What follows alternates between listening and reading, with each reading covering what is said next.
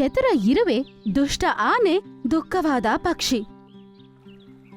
ಬ್ಲೂಲ್ಯಾಂಡ್ ಕಾಡಲ್ಲಿ ಪ್ರಶಾಂತವಾದ ಬೆಳಗ್ಗೆ. ಒಂದು ಇರುವೆ ಅದರ ತಲೆ ಮೇಲೆ ಒಂದು ಕಡಲೆಬೇಳೆ ಎತ್ಕೊಂಡು ಅದರ ಮನೆಯ ಕಡೆ ನಡ್ಕೊಂಡು ಹೋಗ್ತಿರುತ್ತೆ. ಇವತ್ತಂತೂ ತುಂಬಾ ಕಷ್ಟಪಟ್ಟ ಮೇಲೆ ಒಂದೇ ಒಂದು ಬೀಜ ಸಿಕ್ತು. ಪರವಾಗಿಲ್ಲ ಬಿಡು, ಇನ್ನು ಸ್ವಲ್ಪ ದಿನಕ್ಕೆ ಆಹಾರ ಹುಡುಕ್ಬೇಕಾಗಿರೋ ಅವಶ್ಯಕತೆ ಇರಲ್ಲ.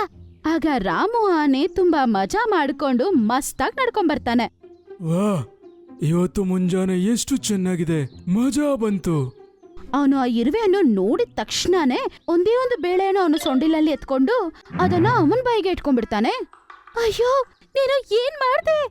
ಇಷ್ಟು ಧಾನ್ಯ, ಇದನ್ನ ತಿನ್ನೋದ್ರಿಂದ ನಿನ್ನ ಯಾವ ಹಸಿವು ನೀಗುತ್ತೆ? ಈ ಒಂದು ಕಡಲೆಬೇಳೆ ಇಷ್ಟು ದಿನದವರೆಗೂ ನನ್ನ ಆಹಾರ ಗೊತ್ತಾ? ನಿನಗೇನ್ ಗೊತ್ತು? ಎಷ್ಟೋ ಕಷ್ಟಪಟ್ಟದ್ಮೇಲೆ ಈ ಬೇಳೆ ಸಿಕ್ತು ನನ್ಗೆ. ನಿನಗೆ ಅದನ್ನ ತಗೊಂಡೋಗಕ್ಕೆ ಎಷ್ಟು ತೊಂದರೆ ಆಗ್ತಾ ಇತ್ತು, ಹಾಗಾಗಿ ನಾನು ಅದನ್ನ ತಿಂದೆ. ಈಗ ನೀನ್ ನಿನ್ನ ಮನೆಗೆ ಆರಾಮಾಗಿ ಹೋಗ್ಬೋದು. ಏನು ಮಾಡಕ್ಕಾಗ್ದೆ ಹಲ್ಲು ಕಚ್ಕೋತಾ ನಿಂತ್ಕೊಂಡಿರುತ್ತೆ. ಆದ್ರೆ ಅವನು ಮಾತ್ರ ಆರಾಮಾಗಿ ಅಲ್ಲಿಂದ ಹೋಗ್ಬಿಡ್ತಾನೆ. ರಾಮ ಆನೆ ಹೋದ ನಂತರ ಪಾಪ ಇರುವೆ ಮತ್ತೆ ಆಹಾರ ಹುಡುಕೋತಾ ಹೋಗುತ್ತೆ ಅಲ್ಲಿಂದ. ಸ್ವಲ್ಪ ತಾದ ನಂತರ ಟೀನು ಪಕ್ಷಿ ಅದರದೇ ಆದ ಗೂಡನ್ನು ಕಟ್ಕೋತಾ ಇರತ್ತೆ. ಅದರ ಮಗು ಪಕ್ಕದ ಕೊಂಬಿನ ಮೇಲೇನೆ ಕುತ್ಕೊಂಡಿರುತ್ತೆ. ಆಮೇಲೆ ಕಟ್ಟಿಗೆಯನ್ನು ಬಾಯಲ್ಲೆತ್ಕೊಂಡು ಅದು ಗೂಡಿನೊಳಗಡೆ ಇಡ್ತಾ ಇರತ್ತೆ. ಇದು ಕೊನೆಯ ಕಟ್ಟಿಗೆ, ನನ್ನ ಯೋಧ ಗೂಡಿಗ ತಯಾರಾಗಿದೆ. ಚಿಂಕು ಮಗು, ಬಾ, ಬಂದು ನಮ್ಮ ಗೂಡಲ್ಲಿ ಕೂತ್ಕೋ. ಈಗ ನಮ್ಮದೇ ಆದ ನಮ್ಮ ಗೂಡು ಈಗ ತಯಾರಾಗಿದೆ. ನಿಜವಾಗ್ಲೂನಾ ಅಮ್ಮ? ಚಿಂಕಿ ಪಕ್ಷಿ ತುಂಬಾ ಸಂತೋಷದಿಂದ ಗೂಡಿನಲ್ಲಿ ಹೋಗಿ ಕುತ್ಕೊಳ್ಳುತ್ತೆ. ಅದರ ನಂತರ ಟೀನು ಪಕ್ಷಿ ಕೂಡ ಗೂಡಿನೊಳಗಡೆ ಹೋಗಿ ಕುತ್ಕೊಳ್ಳುತ್ತೆ. ವಾವ್ ಅಮ್ಮ, ಈ ಒಂದು ಗೂಡಿನೊಳಗಡೆ ಕುತ್ಕೊಂಡ್ರೆ ಆರಾಮಾಗಿದೆ. ಅವರಿಬ್ರು ತುಂಬಾ ಸಂತೋಷ ಆಗಿರ್ತಾರೆ. ಆಗ ಯಾರೋ ತಳ್ಳೋದು ಅವ್ರಿಗೆ ಗೊತ್ತಾಗತ್ತೆ. ಅರೆ ಅಮ್ಮ, ಯಾಕಮ್ಮ ಈ ಗೂಡು ಹಿಂಗ್ ಹಳ್ಳಾಡ್ತಾ ಇದೆ? ಗೊತ್ತಿಲ್ಲ ಮಗು, ಇರು, ನಾನ್ ನೋಡ್ತೀನಿ. ಟೀನು ಪಕ್ಷಿ ಏನಾಯ್ತೋ ಏನೋ ಅಂತ ಆಚೆ ಬಂದು ನೋಡ್ತಾಳೆ.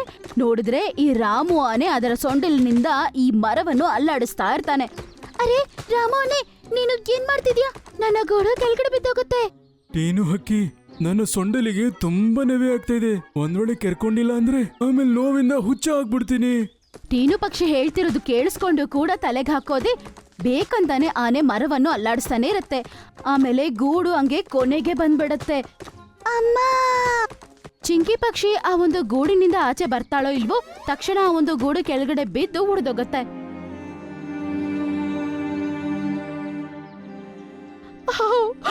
ಅಯ್ಯೋ ದೇವ್ರೆ, ಅಯ್ಯೋ ಏನಾಯ್ತು? ಟೀನು ಹಕ್ಕಿ, ನಿನ್ನ ಗುಡಿಸಲು ಮುರಿದೋಯ್ತು.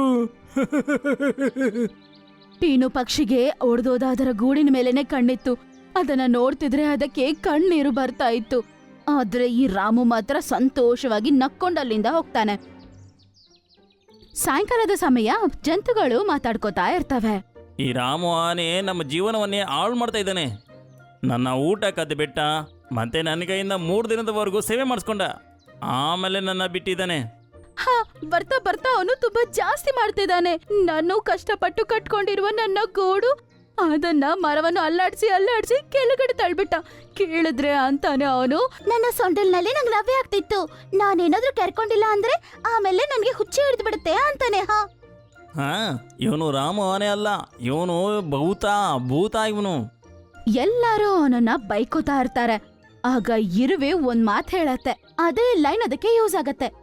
ಸೊಂಡಿಲ್ನಲ್ಲಿ ನವ್ಯ ಆದಾಗ ಕೆರ್ಕೊಂಡಿಲ್ಲ ಅಂದ್ರೆ ಆ ನೋವಿನಿಂದ ಅವನಿಗೆ ಹುಚ್ಚಿಡ್ದು ಬಿಡುತ್ತಾ ಹಂಗಂತ ಹೇಳ್ತಾ ಅದರ ಮುಖದ ಮೇಲೆ ಸಂತೋಷ ಹುಟ್ಟುತ್ತೆ.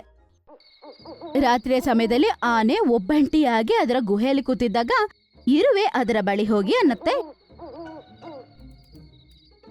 ರಾಮು ಆನೆ, ಟೀನು ಪಕ್ಷಿಗೆ ನೀನು ಪಾಪ ತುಂಬಾನೇ ಅನ್ಯಾಯ ಮಾಡ್ಬಿಟ್ಟೆ. ನೀನು ಹೊಡೆದಾಕಿದ ಅದರ ಗೂಡನ್ನು ನೀನೇ ಮತ್ತೆ ಅದಕ್ಕೆ ಕಟ್ಕೊಡ್ಬೇಕು, ಇಲ್ಲ ಅಂದ್ರೆ ಅಷ್ಟೇ ನಿನ್ನ. ನೀನೊಂದು ಇರುವೆಯಾಗಿ ನನಗೆ ವಾರ್ನಿಂಗ್ ಕೊಡ್ತಾ ಇದೀಯಾ? ಕೊಡ್ತಾ ಇದ್ದೀನಿ. ಮಾತಾದೇವಿ ಹತ್ರ ಇಂದ ನನಗೆ ವರಪ್ರಸಾದ ಸಿಕ್ಕಿದೆ. ನಾನೇನ್ ಹೇಳ್ತೀನೋ ಅದು ಖಂಡಿತವಾಗ್ಲೂ ನಡೆಯುತ್ತೆ.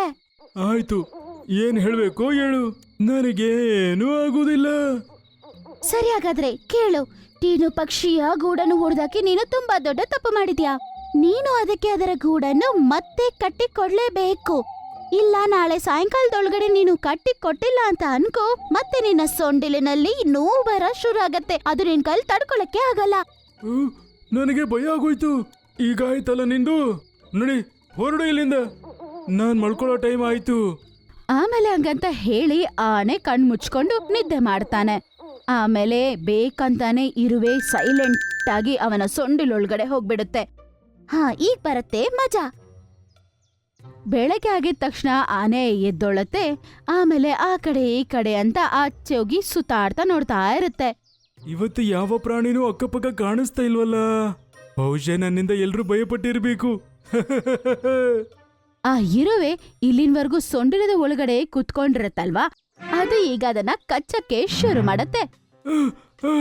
ನನಗೇನಾಗ್ತಾ ಇದೆ? ಅದು ಕಿರ್ಚೋದನ್ನ ಕೇಳಿಸ್ಕೊಂಡು ಎಲ್ಲಾ ಜಂತುಗಳು ಅಲ್ಲಿಗೆ ಬಂದ್ಬಿಡ್ತವೆ. ಅರೆ, ಏನಾಯ್ತು ನಿನಗೆ ರಾಮು ಆನೆ? ಗೊತ್ತಿಲ್ಲ, ನನ್ನ ಸೊಂಡಲಲ್ಲಿ ತುಂಬಾ ನೋವೇ ಆಗ್ತಾ ಇದೆ. ಅದು ಇರುವೆ ಹೇಳಿದ ಎಲ್ಲಾ ಮಾತನ್ನು ನೆನ್ಸ್ಕೊಳತ್ತೆ.